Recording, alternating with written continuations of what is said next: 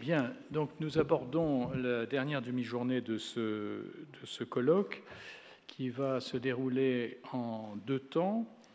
Dans un premier temps, nous allons terminer notre panorama des points de vue européens. Nous ne saurons toujours pas, à la fin de ce panorama, exactement ce que sont les solidarités en Europe.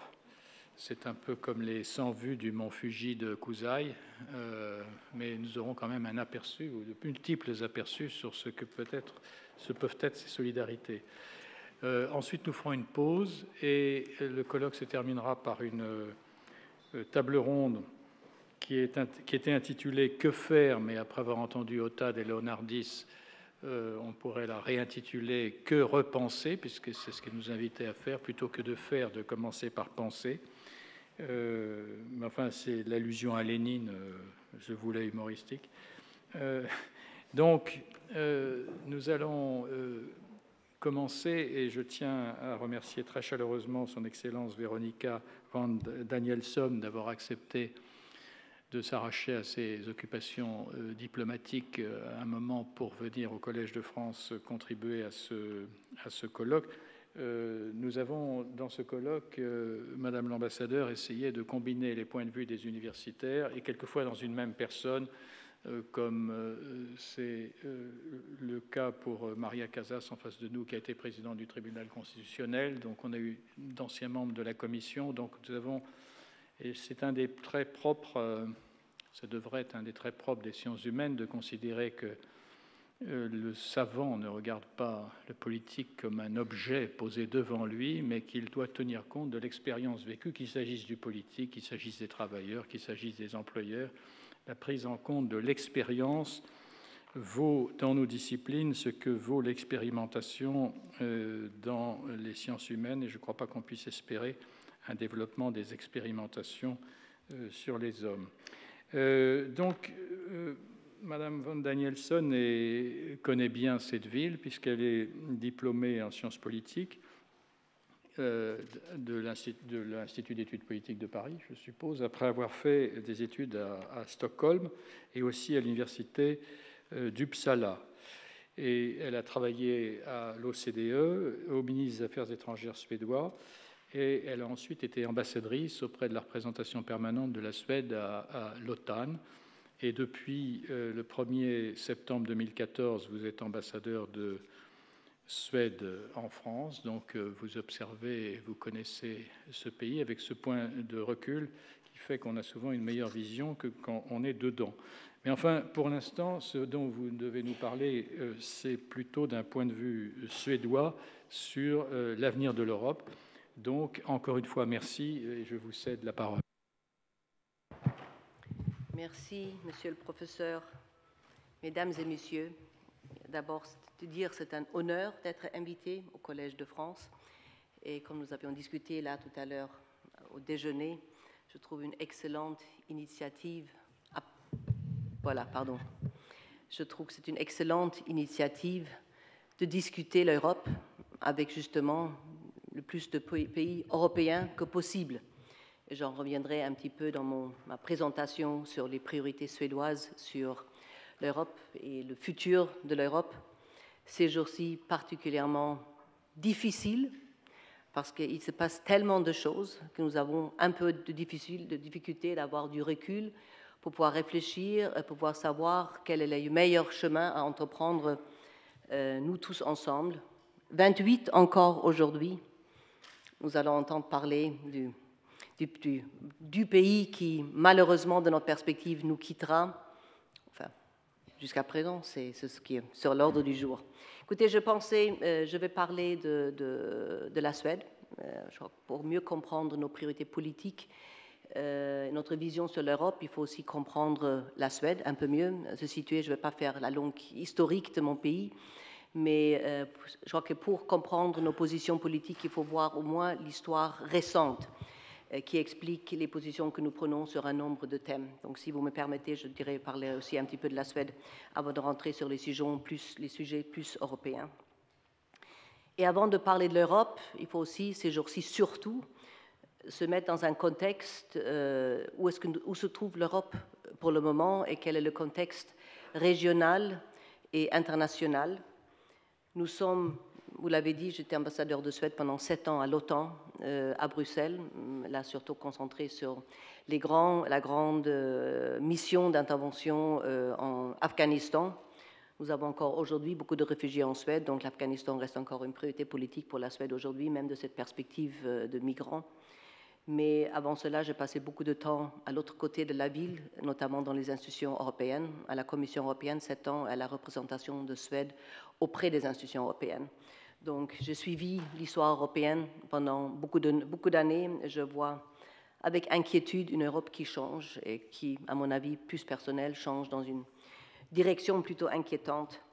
Mais si nous regardons le monde dans lequel nous vivons aujourd'hui, oui, l'Europe, nous voyons les crises dans le voisinage du Sud, Syrie, Irak, encore la crise israélo-palestinienne, toujours pas résolue, année après année. Ça prend beaucoup de temps des diplomates européens, internationaux, l'Iran, la Libye, nous l'avons évoqué lors de notre déjeuner, le Sahel, ou même un pays comme la Suède, est engagé auprès de la France. Ça, c'est pour le Sud. Je représente un pays du Nord, l'Est, et le défi dans les pays de l'Est nous concerne encore plus. Les défis, oui, je dois quand même citer la Russie, est pour nous un grand défi comme un pays du Nord. Nous voyons un changement de la situation sécuritaire dans notre voisinage, dans la mer Baltique, une invasion, oui, ça c'est la position suédoise officielle, il s'agit d'une invasion russe en Ukraine, après l'annexion illégale de la Crimée et des forces russes non invitées sur le territoire ukrainien. Ça, c'est la crise la plus proche qui nous inquiète et qui a en fait changé notre politique de sécurité fortement en très peu de temps. Après ceci, oui, de jour en jour, nous suivons tous les flux migratoires. Je répondais à une question autour de déjeuner. La Suède a pris un grand nombre de migrants, en per capita le plus grand nombre de migrants en 2015, quand le premier flux de la Syrie nous touchait, et nous nous sentions assez seuls, nous et l'Allemagne. Per capita, la Suède a pris le plus de migrants en Europe, et pendant quelques années, et maintenant nous avons aussi des contrôles de frontières, puisque la solidarité attendue n'y était pas. Deux derniers points d'incertitude, oui. Pour nous, je dis malheureusement, une incertitude en ce qui concerne les relations transatlantiques. Moi qui ai travaillé dans un contexte transatlantique pendant 7 ans, je voyais certainement les avantages, certaines difficultés, mais les incertitudes avec nos relations à Washington sont un défi pour notre pays, sont un défi pour l'Europe. Et je termine, mais je laisserai bien sûr aux représentants britanniques aujourd'hui de parler de Brexit. Pour nous, c'est un défi, c'est une inquiétude, et ça change la manière que l'Europe travaillera à l'avenir. Donc, je le mets sur le côté négatif, malheureusement aussi. Passons à quelque chose de plus positif, les transformations dans votre pays, la France. Nous l'avons suivi avec beaucoup d'intérêt avant les élections, avec une certaine inquiétude. Oui, voyons, pendant 2 ans, je suis là depuis automne 2014, un Front National étant le plus grand parti français pendant quelques années. Ça a rapidement changé, mais nous voyons avec beaucoup de plaisir et d'espoir surtout d'avoir un leadership français qui défend le projet européen. Après, on va revenir un petit peu à voir quel est le projet européen qu'il défend. Mais d'avoir cette transformation, ce changement, pour nous très positif, des réformes, au moins dans tout ce qui concerne les réformes en France. Nous reconnaissons beaucoup de réformes que nous avons entamées un nombre d'années déjà en Suède. Donc pour les réformes économiques et sociales entamées en France, nous les partageons, nous les suivons avec intérêt. La France, un grand marché, pas seulement un partenaire politique, un grand marché économique. Donc ça, c'était sur le côté positif. Et je crois que la Suède n'est pas le seul pays à bien suivre ce qui se passe en France pour les mêmes raisons que les Français, je dirais. Si je donc dis, laissez-moi commencer par dire quand même quelques chiffres aussi pour mieux vous situer la Suède. D'abord, politiquement, nous avons pour le moment un gouvernement minoritaire. Depuis 2014, nous avions un gouvernement de droite, aussi minoritaire, une alliance de 4 partis de droite, centre-droite, qui étaient au pouvoir pendant 8 ans. Ils ont perdu les élections en 2014. Aujourd'hui, un gouvernement minoritaire qui tient ce gouvernement même en 39% seulement de soutien au Parlement, sociodémocrate et le Parti écologique. Nous avons des élections maintenant. Mentionnons aussi, il y a donc gouvernement minoritaire, nous l'avons eu depuis beaucoup de temps. Pour passer le budget, nous étions en assez grande crise. La première fois que le budget devait être passé, fin novembre 2014, le gouvernement ne voulait pas. Il s'appuie sur la gauche suédoise, à peu près 8-9% du Parlement, pour passer le budget. Il n'y a pas une coopération formelle avec le parti de gauche, les anciens communistes, mais je dirais aujourd'hui un parti socialiste, si j'ose dire. Nous avons un Front national suédois, les démocrates suédois, qui ont poussé énormément en très peu de temps. Nous avions une collègue italienne autour de la table, nous avons parlé de l'Italie. Il risque, ce parti, de devenir le plus grand parti en Suède pour les élections au mois de septembre. Grande inquiétude liée à ce que je disais initialement, à la question migratoire. Donc, en gros, nous avons 40% sociodémocrates et verts, 40% de gauche, donc la gauche classique, 40% de droite, 20% presque, et ceci, ils étaient entre 9-10%. En 2-3 ans, maintenant, les Suédois démocrates, donc le Front national suédois, montent à presque 20%. Et maintenant, les spéculations sont qu'ils risquent même d'être le plus grand parti politique pour les élections le 9 septembre de cette année. Grande inquiétude, autant à la gauche, chez la gauche, que comme chez la droite en Suède. Les élections, c'est des élections législatives, régionales et locales. Chez nous, tout se passe en même temps, donc après, on a une certaine stabilité politique, Inch'Allah, pour les 4 ans à venir. L'économie, malgré tout cela, nous restons quand même un pays assez consensuel dans la prise de décision, même c'est pour ça qu'un gouvernement minoritaire de même pas 40%, 39,5%, peut tenir, a pu gouverner. Sur les grandes questions, nous sommes toujours dans un mode consensuel de négociation avec l'opposition, politique de sécurité, politique sur les questions européennes, politique environnementale. Tu t'assois à la table avec l'opposition, tu trouves des accords, on essaye de ne pas se basculer, et ça représente, je crois, un petit peu le modèle suédois au sens politique du terme. Une économie assez forte, assez stable, malgré que nous sommes pas un pays de la zone euro, comme vous savez. Mais nous suivons notre plus grand marché sur le marché européen. Donc nous restons bien sûr, nous suivons les critères du pacte de stabilité, même sans être dans la zone euro. Donc nous avons une étroite coopération, nous sommes dans le même conseil de ministres d'économie. L'économie européenne est essentielle pour la stabilité économique et politique de notre pays. Une croissance en 2016 de 3%, une croissance cette année, c'est les circonstances bien sûr européennes qui jouent, de 2,7% en 2018, et ça restera en 2019, c'est les projections de l'OCDE pour notre pays. Donc, finances publiques saines, pas de déficit budgétaire, mais un excédent public de 0,5%. Une dette publique brute de 37% de cette année. Nous allons baisser jusqu'à 30%, c'est les prévisions jusqu'en 2021. Un niveau de chômage qui est en train de se stabiliser autour de 6% à peu près. Le facteur clé de notre économie, et ça je le souligne parce que ça explique un petit peu aussi notre politique européenne, c'est l'exportation. Un grand pays, le troisième en termes de géographie, le troisième plus grand pays en Europe, mais 10 millions d'habitants, un pays nettement visé sur l'exportation des biens et des services. 71% de notre exportation va sur le marché européen. Donc l'Europe, la stabilité européenne, la croissance européenne, essentielle pour notre croissance économique et pour l'économie suédoise. L'exportation, oui, comme dans beaucoup d'économies, l'exportation de services est la partie qui bien sûr, qui est en train de s'étendre.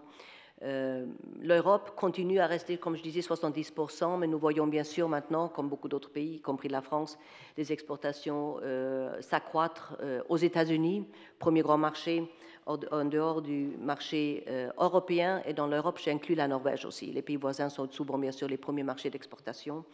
La Chine, États-Unis, Chine, Japon, Amérique latine, le Brésil. Voilà les grands secteurs d'exportation qu'on voit s'accroître. Notre politique de défense et de sécurité, nous avions, beaucoup de Français me disent encore aujourd'hui, vous représentez un pays neutre, et je dis non, nous ne sommes plus neutres.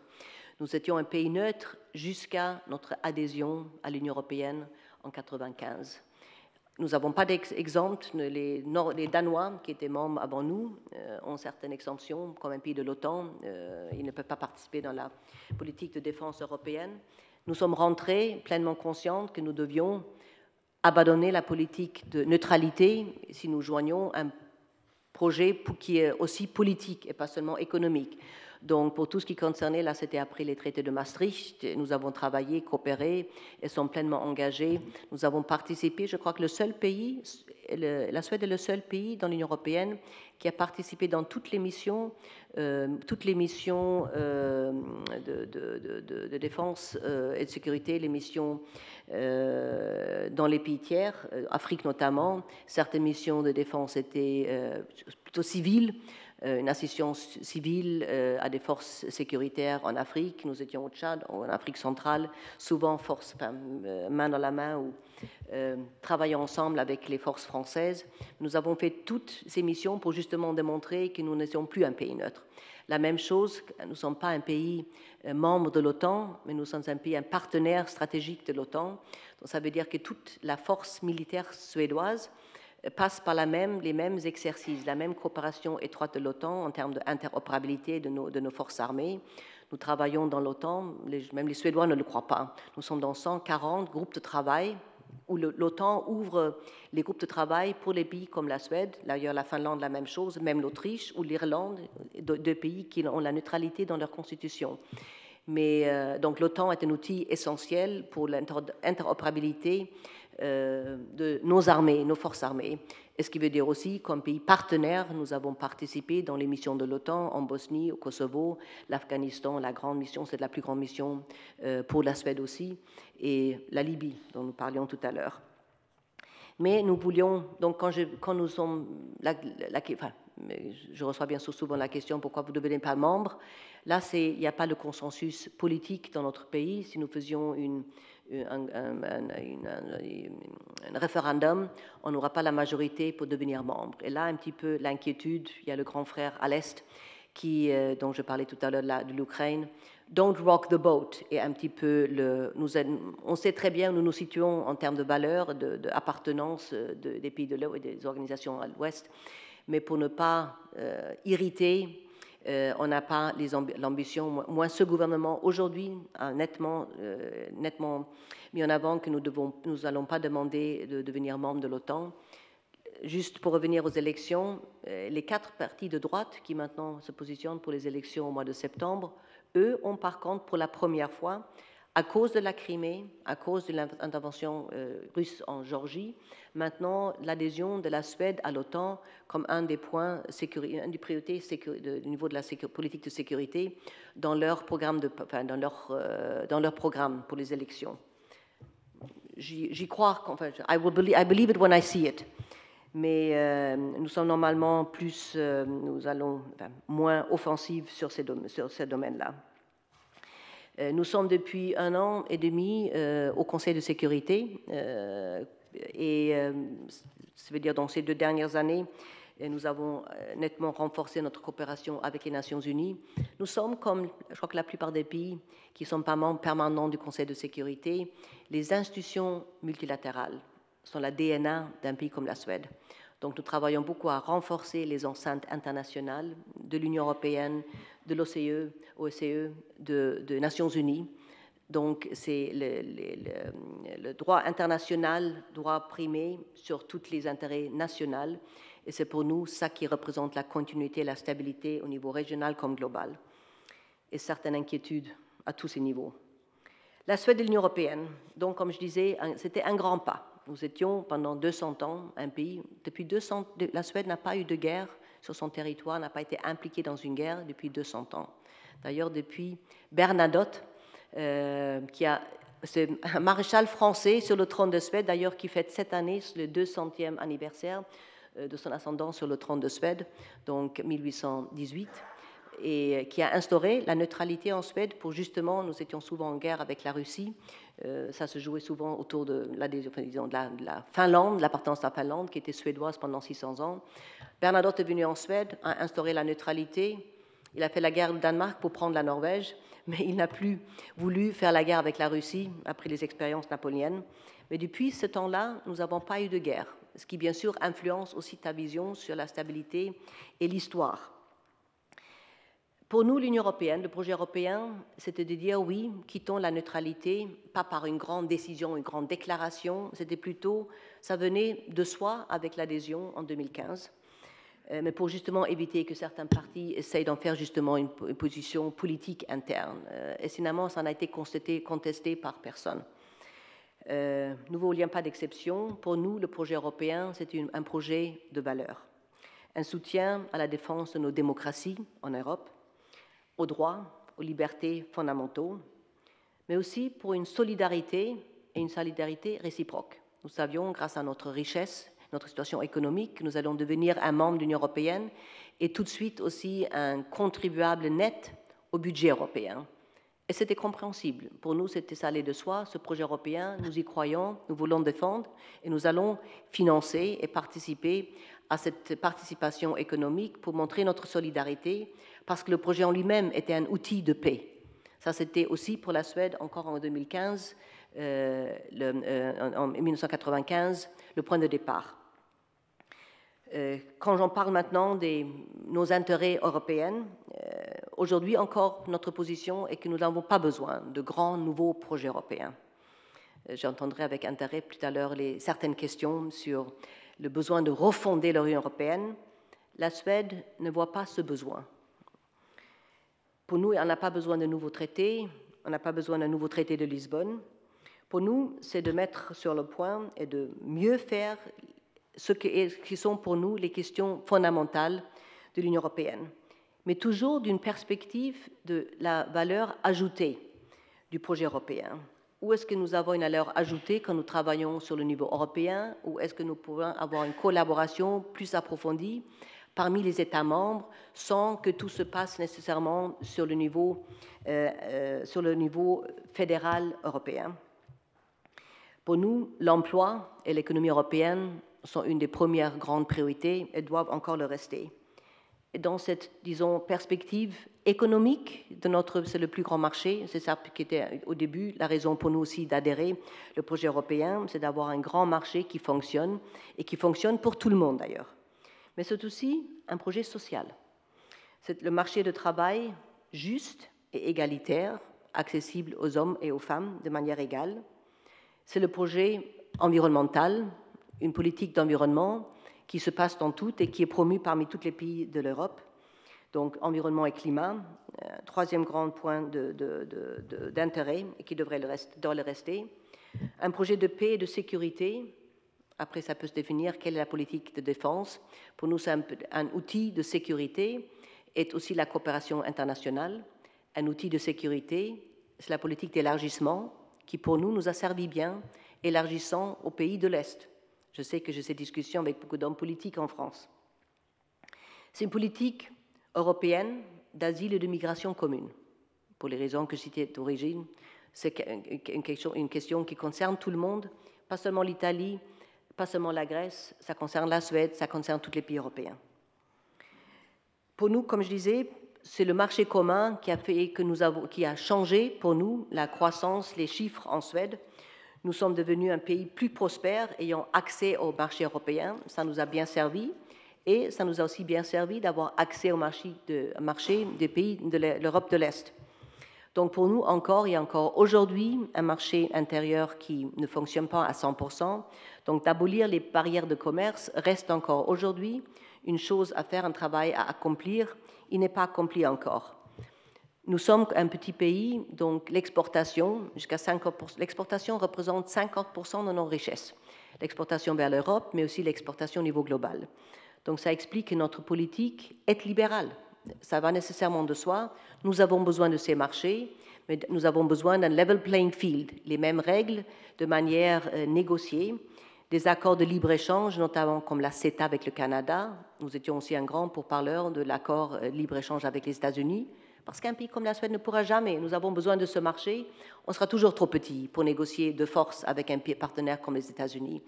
La même chose avec Mercosur, les pays d'Amérique latine.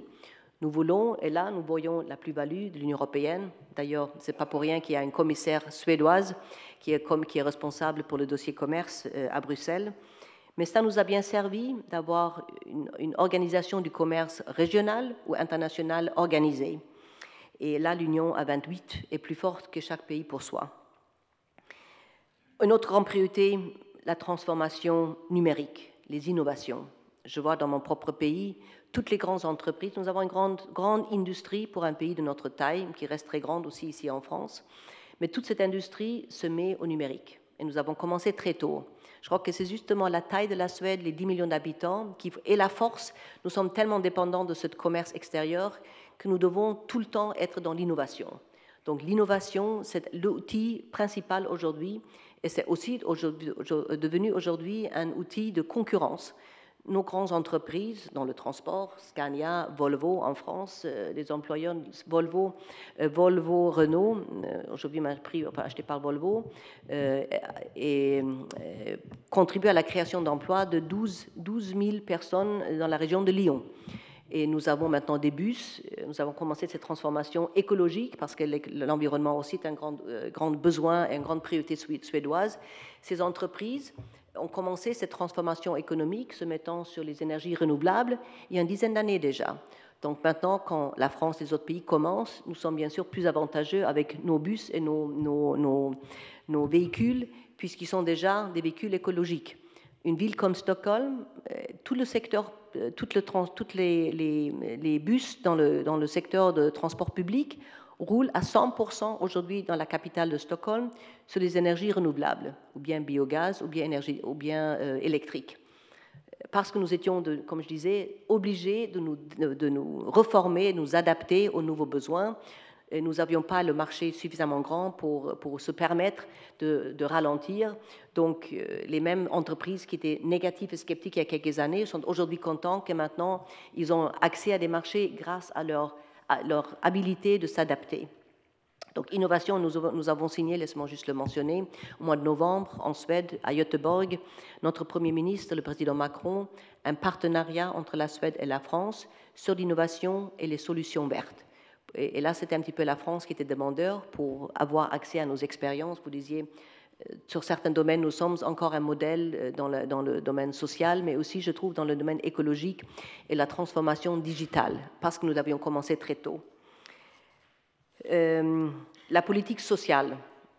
N'oubliez pas la Suède, oui, nous avons 50%, les chiffres en France se sont améliorés, on le voit avec beaucoup d'intérêt et de plaisir, 50% des parlementaires sont des femmes, nous sommes une société très égalitaire, je ne vais pas faire toute l'histoire de la Suède, mais ça venait du besoin économique, il fallait avoir les femmes dans le marché de travail. Donc l'égalité de chance en Suède était aussi vu de cette nécessité économique dans les années après la Seconde Guerre mondiale, et ça continuait bien sûr avec un soutien des partis sociodémocrates, mais de gauche comme de droite, ça va de soi. Mais c'est aujourd'hui notre force de dire que nous avons besoin d'un développement économique et social qui va main dans la main. Donc l'aspect social est crucial et partagé par toutes les parties aujourd'hui, et c'est ça qui fait la force de notre société. Protection de l'environnement, je l'ai mentionné. L'élargissement qui reste encore aujourd'hui, quand regardons l'avenir, c'est une grande question quand nous parlons de l'Europe. Est-ce qu'il faut approfondir la coopération avant d'élargir? C'est la position française de votre président.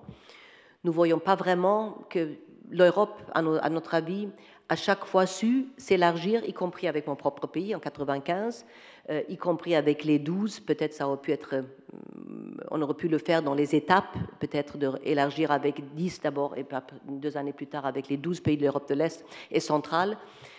Ça peut peut-être se discuter en temps de terme, de temps et de capacité d'absorption, mais nous ne remettons jamais en cause le besoin de pouvoir s'élargir, parce que pour nous, la politique d'élargissement est un outil de prospérité, un outil de sécurité et de paix. Et ça nous a servi à nous d'avoir accès à des pays qui, même s'ils sont différents, même s'ils sont plus lointains, même si aujourd'hui nous remettons en question certaines de leurs valeurs au niveau de la migration, il vaut mieux les travailler avec, expliquer, montrer, être le bon exemple, que de dire non, attendez que vous deviez des meilleurs exemples, des meilleurs élèves, avant qu'on vous accepte dans la classe. Mais c'est une question d'évaluation et de position politique. Brexit, je peux juste le dire parce que je termine un petit peu là-dessus. C'était pour nous une catastrophe, plus grande catastrophe, je crois, en Suède, parce que nous sommes très proches des Britanniques. Historiquement, politiquement, j'avais vu récemment que sur presque 85% des décisions prises à Bruxelles, nous avons voté sur les mêmes, disons, on a pris les mêmes votes, on a voté de la même manière, nos deux pays, parce qu'on partage beaucoup de nos valeurs sur la politique commerciale, sur la politique de libre-échange, sur les valeurs, sur les aspects sociaux. La politique de sécurité commune, de défense-sécurité commune, oui, la Suède était peut-être plus hésitante que la France, et donc là aussi plus en accord avec les positions britanniques. Mais maintenant que nous regardons, le choix est fait, alia jacta est, beaucoup de choses peuvent changer, mais bien sûr maintenant nous prenons la position comme tous les autres pays européens, il faut avoir, nous voulons un accord avec la Grande-Bretagne qui soit le plus riche que possible pour que nous puissions continuer à travailler ensemble le plus que possible, mais il faut bien sûr un équilibre entre les droits et les obligations du Royaume-Uni. Ça aura des conséquences budgétaires, ils le savent déjà, ça aura des conséquences d'accès à certaines politiques dans lesquelles ils ne participeront plus, ça va de soi. Mais notre ambition, puisque nous avons ce besoin, nous avons beaucoup de Suédois qui habitent à Grande-Bretagne, beaucoup de Britanniques qui sont en Suède, nous avons une relation commerciale très intense, je crois que aussi le coût pour la France sera très important, même si certains accords bilatéraux peuvent compenser jusqu'à un certain point. Mais c'est pour nous un intérêt stratégique de garder la Grande-Bretagne comme un pays européen le plus rapproché à l'Union européenne que possible. Et bien sûr, de notre perspective suédoise, toute la balance, on peut parler des intérêts économiques et stratégiques. Il y a aussi un intérêt qui a à faire avec le fonctionnement de l'Union européenne, qui change radicalement quand un grand des trois grands quitte. Bien sûr, les pays comme notre pays, on sera plus dans la main des forces franco-allemandes. Quand nous sommes d'accord, c'est très bien. Quand nous ne sommes pas d'accord, il n'y a plus le partenaire avec lequel nous pouvions partager, équilibrer certaines positions qui, pour nous, peut-être allaient trop loin. Nous voyons un affaiblissement des institutions européennes pour le moment. D'accord, il y a les élections l'année prochaine, mais tout le rapport de force à Bruxelles, et j'en sais quelque chose, a changé déjà, parce que malheureusement les Britanniques se dissocient déjà un petit peu de discussion. L'attention est maintenue sur leurs propres négociations, on peut le comprendre, mais quand nous regardons, quand nous nous projetons vers l'avenir, quand nous regardons on parlait déjà de tout ce qui se passe dans notre voisinage, il y a des défis à tous les niveaux, économiques, politiques, stratégiques, sécuritaires, migratoires. On a besoin d'un pays comme la Grande-Bretagne qui, en force, participe dans les négociations, dans les discussions, qui met son poids et qui n'est pas seulement occupé à regarder son propre nombril, sans le dire de manière péjorative. Donc, le tandem franco-allemand est important. Il a toujours été important. J'ai été présidente moi-même pendant les présidences suédoises dans des groupes de travaux. Eh bien, quand tu négocies comme un pays de notre taille, tu cherches d'abord l'accord avec les grands pour trouver le compromis. Mais il y avait justement ce rapport de force, une commission forte, une présidence. Sachez, rappelez bien sûr qu'on a malheureusement, de mon côté, de ma perspective, nous avons abandonné les présidences rotantes. C'était aussi une manière de donner à des pays de toutes les tailles une possibilité pendant 6 mois d'influencer l'agenda.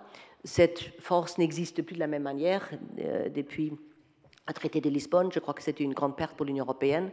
Mais nous sommes maintenant beaucoup plus influencés par 2 grands pays. Et je sens que cela est aussi une faiblesse parce que tu sens pas seulement la Suède, mais les autres pays, les pays qui sont en dehors de ce cadre, qui ont moins d'influence, qui sentent leur influence diminuer. Et quand l'influence diminue dans un club, tu commences à te détacher. Et c'est ce qui se passe avec les pays à l'Est. Et pour nous, l'unité, la force de l'Union européenne, c'est les 28 pays. C'est que nous représentons le Nord et le Sud, l'Est et l'Ouest. Dans les accords, dans nos relations de rapport de force avec les États-Unis, dans le rapport de force avec les autres continents. Si cette unité disparaît, si nous travaillons dans des petits groupes autour de certains thèmes, tu perds l'unité, tu perds la solidarité et tu vas commencer à chercher des copains ailleurs. Et ça, pour moi, c'est le plus grand risque aujourd'hui pour l'avenir de l'Union européenne. Je termine là-dessus. Merci.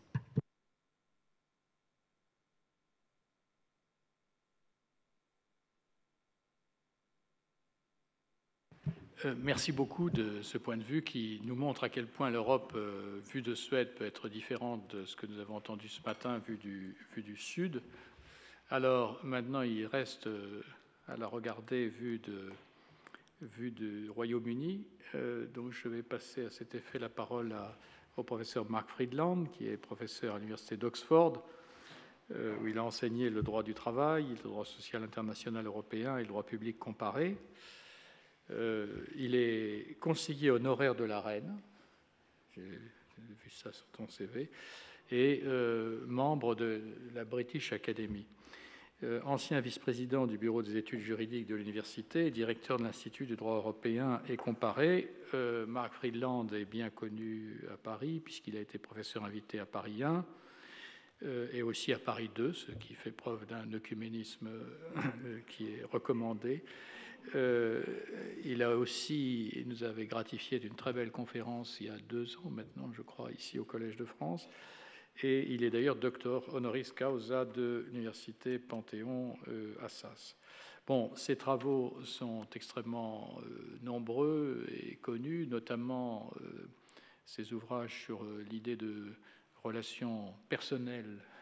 Donc il y a tout un ouvrage sur la critique de la conception traditionnelle du contrat de travail qui nous a beaucoup rapprochés dans nos itinéraires respectifs. Et plus récemment, pour ne citer que cet ouvrage, parce que je vois que la question des migrations est l'une des constantes de tous les exposés, alors en tout cas sur les solidarités européennes, Mark Friedland a coordonné un très gros ouvrage sur ces questions de droit à la migration, et de migrants et de droit de la migration. Donc, Marc, merci encore et d'avoir accepté de parler dans cet idiome local qu'est la langue française, renonçant. Mais tous nos collègues cultivés d'Oxford et de Cambridge parlent français. Donc, je te passe la parole.